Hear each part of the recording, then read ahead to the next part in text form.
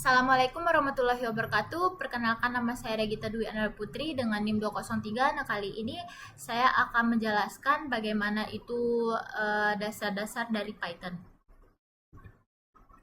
Yang pertama adalah modul. Modul adalah sebuah Python yang berisi fungsi, variabel, atau kelas yang dapat digunakan dalam file Python yang lainnya. Lalu yang kedua adalah package. Package adalah kumpulan modul yang dikelompokkan dalam satu folder. Folder package ini memiliki file init untuk dikenali sebagai Python sebagai package. Nah, untuk package itu adalah kumpulan modul dalam satu folder yang punya file init. Jadi intinya package itu adalah satu folder modul, sedangkan tadi modul ini sendiri itu memiliki satu file aja. Yang kedua adalah variabel scope, lokal versus global. Nah, global adalah variabel yang didefinisikan di luar fungsi, sedangkan lokal itu variabel yang didefinisikan di dalam fungsi. Untuk variabel bisa bersifat global atau lokal. Global itu dibuat di luar fungsi, bisa diakses di mana saja. Nah, kalau lokal itu sebaliknya dapat diakses dan berfungsi hanya di tempat variabel itu dibuat. Yang ketiga adalah specialist name. Python menggunakan variabel khusus name untuk mengetahui apakah suatu file dijalankan langsung secara langsung atau diimpor sebagai modul. Nah, Python punya variabel spesial itu namanya name. Kalau tahu apakah file dijalankan langsung atau diimpor, misalnya kalau nilainya main, berarti file itu sedang dijalankan secara langsung. Untuk yang selanjutnya adalah kelas dan objek. Kelas adalah blueprint atau cetakan untuk membuat objek, sedangkan objek adalah hasil nyata dari kelas tersebut. Jadi kelas itu adalah blueprint seperti cetakan, objek adalah hasil nyata dari kelas itu. Jadi kalau misalnya kita buat kelas, misalnya kita buat seperti contoh codingannya, misalnya kita buat kelas mahasiswa, lalu kita buat objeknya itu seperti membuat murid nyata dari rancangan mahasiswa itu sendiri gitu. Yang selanjutnya yaitu instant method. Metode yang digunakan didefinisikan di dalam objek dan dipanggil oleh objek. Gunakan self untuk mengakses data dan objek. Untuk instant method itu berfungsi dalam kelas dan biasanya dipakai self untuk akses data objek. Yang selanjutnya adalah konstruktor. Metode khusus bernama init yang dijalankan otomatis saat objek dibuat digunakan untuk menginisialisasi data atau atribut. Nah, ini sendiri itu Python konstruktor ini di Python namanya tuh init kan, dan akan otomatis dijalankan saat objek dibuat. Nah, seperti codingan yang sudah saya buat. Selanjutnya adalah property visibility. Untuk pengertiannya sendiri itu untuk mengatur aksesibilitas atribut dalam kelas, publik dapat diakses di mana saja, protect hanya untuk kelas dan subkelas, dan yang terakhir adalah private yang hanya dapat diakses di dalam kelas saja. Kita bisa atur akses data di kelas, publik bisa diakses di mana saja, protect pakai garis bawah atau misalnya kayak contoh untuk garis bawah langsung contoh. Untuk internal kelas dan subkelasnya itu private bisa pakai dua garis bawah, misalnya garis bawah dua garis bawah langsung contoh. Hanya bisa diakses dan itu hanya bisa diakses dalam kelasnya sendiri. Yang selanjutnya adalah instan dan kelas atribut. Untuk instan atribut dimiliki masing-masing objek didefinisikan dalam init, sedangkan kelas atribut bersama untuk semua objek didefinisikan di dalam kelas atau di luar init. Instan atribut itu dimiliki tiap objek dibuat di init, sedangkan kelas atribut itu milik bersama dan dibuat di luar init. Seperti yang sudah saya buat. Selanjutnya adalah class method. Metode yang bekerja pada kelas bukan pada objek. Didekorasi dengan class method. Parameter pertamanya adalah CLS atau bukan self. Class method pakai class method, parameter pertamanya adalah CLS dan bisa diakses data class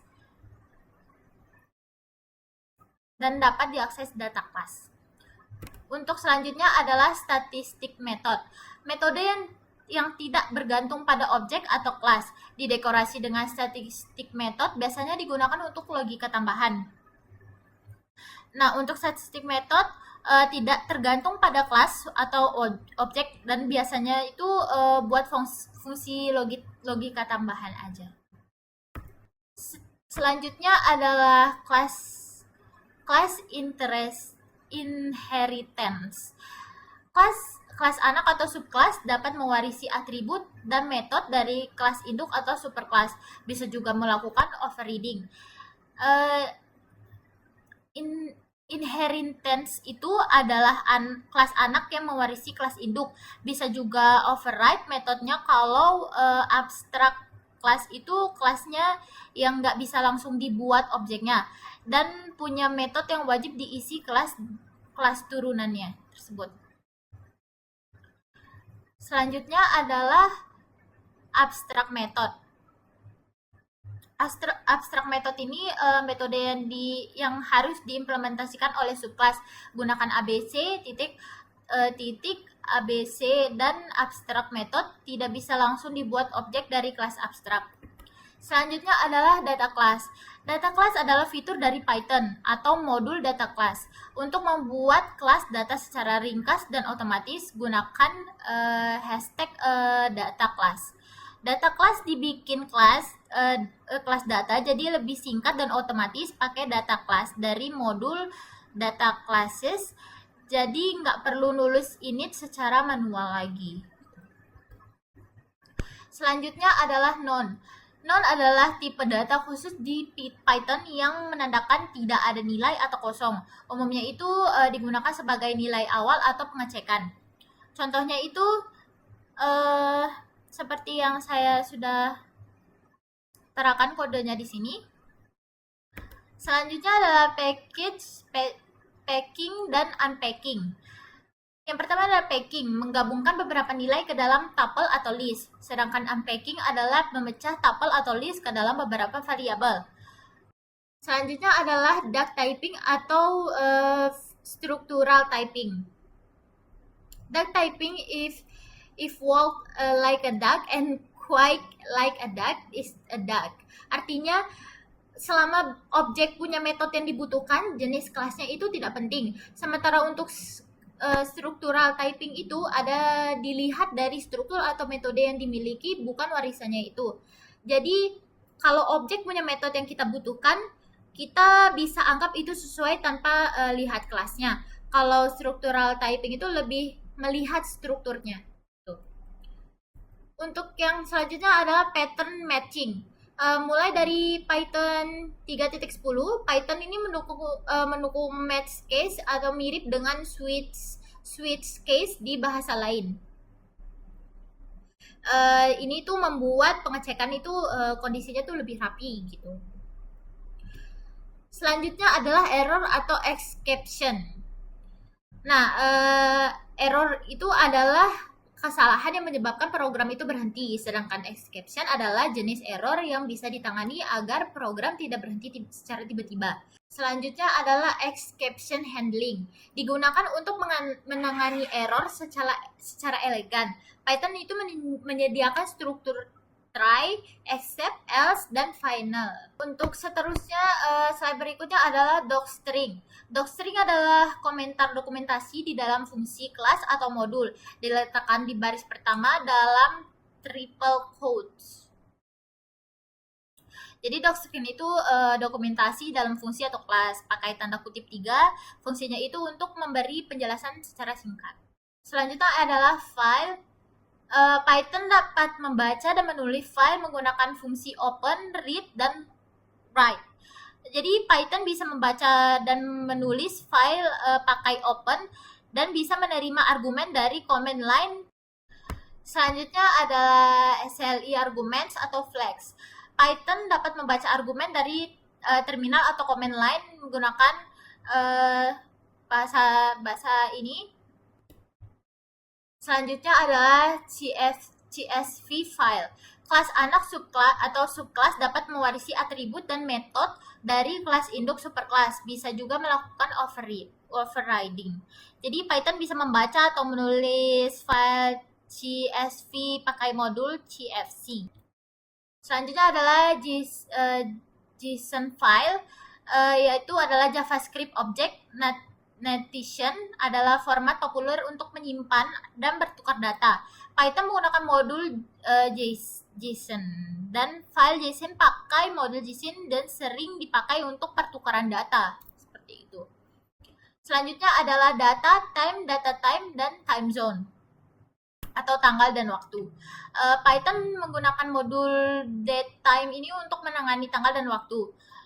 Dipakai kerja dengan tanggal dan waktu, kita bisa parsing string menjadi data time atau formatting data time ke string. Selanjutnya adalah parsing atau format tanggal. Jadi parsing itu untuk mengubah string data time itu seperti yang sudah dijelaskan tadi, dan serta formatting untuk mengubah data time itu menjadi string. Selanjutnya adalah delete object.